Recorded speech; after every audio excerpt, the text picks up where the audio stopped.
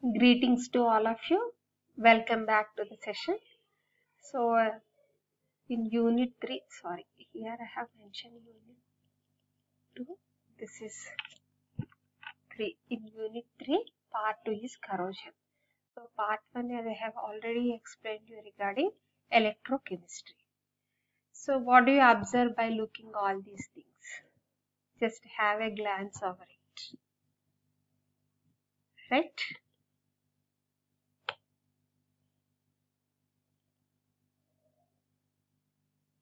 What do you observe? Yes.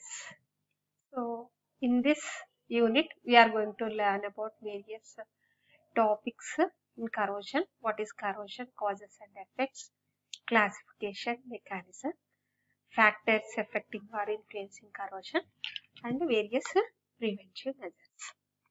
So, coming to the introduction or definition part.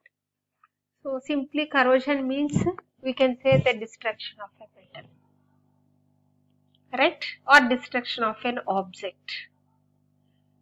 So, but actually it is defined as a unintentional destruction of a solid body by chemical or electrochemical reactions starting from the surface.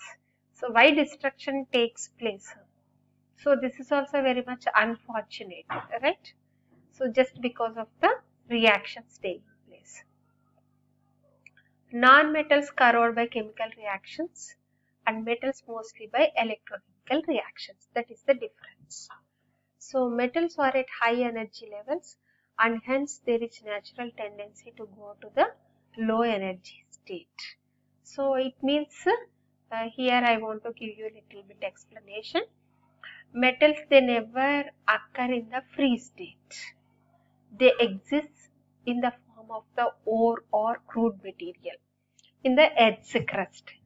From Earth's crust, we are going to dig, take it out, and then go for the metal extraction process. So, during this extraction process, several steps were involved. Finally, we are going to convert into the pure form of the metal. So, whatever naturally occurring ore is the stable form, whereas the one which has been obtained as a metal is unstable. So, metal always try to acquire the stable state. So, in this way, corrosion takes place. So, they form oxides, hydroxides, carbonates, sulfides, etc. depending upon the type of environment to which they are exposed.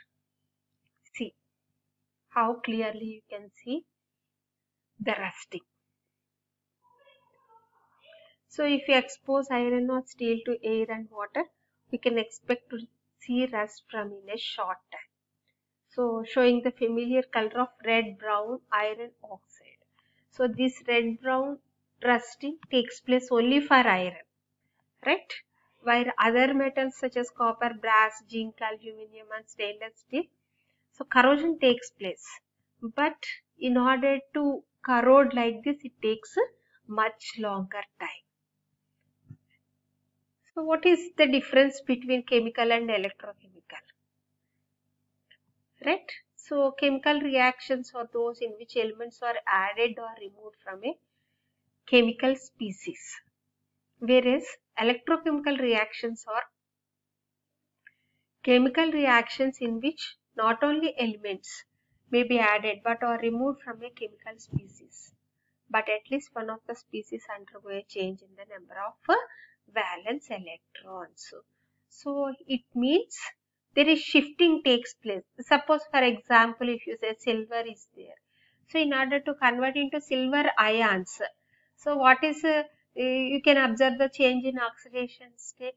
So, like this, there will be the change in the number of valency electrons also. That is the difference.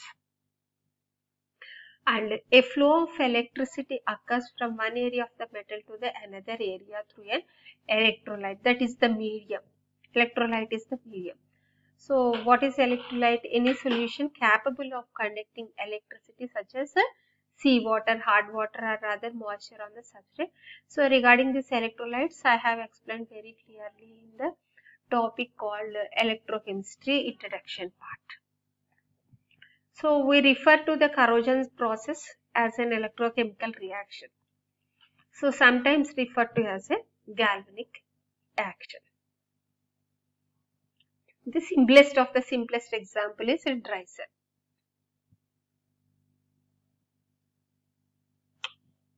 This one, by looking at this, you can identify. Right? So what are the main causes of corrosion? As I said, metal always exists in the ore, lower energy and more stable state. So in case of extraction process, we are going to convert into the pure form of the metal, higher energy and also unstable here. So always try to acquire unstable state to the stable state. So in this way you can define corrosion is reverse of metal extraction. Right? So why this is very much important? Because corrosion deterioration of machines and equipments reduces efficiency. The product obtained may be contaminated and maybe leads to the several problems including health hazards. Corrosion may contaminate stored food, dairy products, etc. Right? So above all these things, it also causes pollution. And if you are using any tool, any engineer, right? So without the knowledge of this corrosion technique or corrosion prevention technique or knowledge, the design is very much incomplete. So this is the classification, dry and wet. So in case of dry, corrosion by oxygen, corrosion by other gases. Third one is liquid metal corrosion. So what is the main difference between dry and wet? Simply you can say dry means absence of moisture, wet means presence of moisture. So if there is no moisture at all, simply you can say this is a dry corrosion. So in this dry corrosion also the most important one is corrosion by oxygen, apart from rest of the other two types. Right? So as oxidation corrosion. So oxidation is nothing but direct action of oxygen at low or high temperatures, usually in the absence of moisture, because the name itself is dry. And simply you can say absence of moisture. So at high temperature, all metals are attacked by oxygen and are oxidized, except noble metals like silver, gold and platinum. So at ordinary temperature, generally all the metals are slightly attacked. Whereas if you go to the 1A and 2A group, alkali and alkaline earth metals, their oxidation state is very high. They get oxidized very, very rapidly. It means the rate of corrosion is very much high. Right? So consider a metal, any type of metal. It is going to react with atmospheric oxygen. So what will form? So oxygen acquires negative charge, metal gets positive charge. Right? So metal acquiring positive charge means losing electrons. Losing electrons means oxidation. So obviously corrosion takes place. So what is this mechanism of oxidation? Right? So oxidation occurs first at the surface of the metal, and scale of metal oxide is formed on the surface of the metal, and it tends to act as a barrier for further oxidation. Right? So metal, oxygen, they will combine each other and forms a metal oxide. So if you see actually overall reaction, it forms MO. One is something if you write the overall reaction, you are getting M plus this O minus positive negative, they combine together and form MO, nothing but metal oxide. So rate or extent of corrosion depends upon the formation of metal oxide layer or nature of metal oxide layer.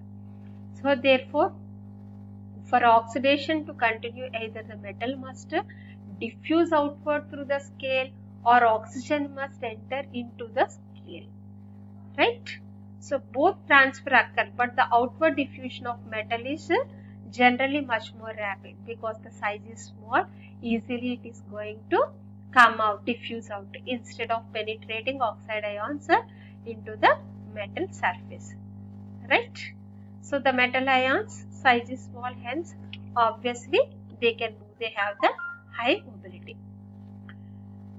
What is the nature of oxide formed? As I said you, all the corrosion rate depends upon the rate or extent of formation of metal oxide layer. How many types of metal oxide layers are there? The first one is stable oxide. The oxide films on aluminum, chromium, copper, lead, etc. are stable and adhere to the surface. So this oxide layer tightly forms a adhere means stick to the surface.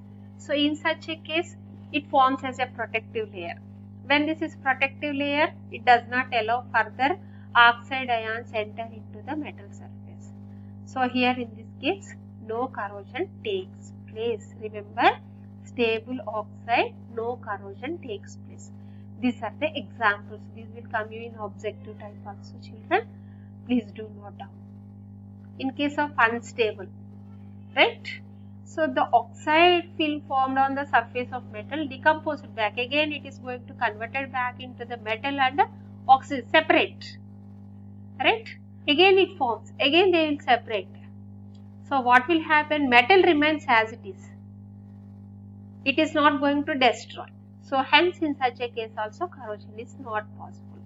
So this is the secret behind our precious metals, silver, gold and platinum.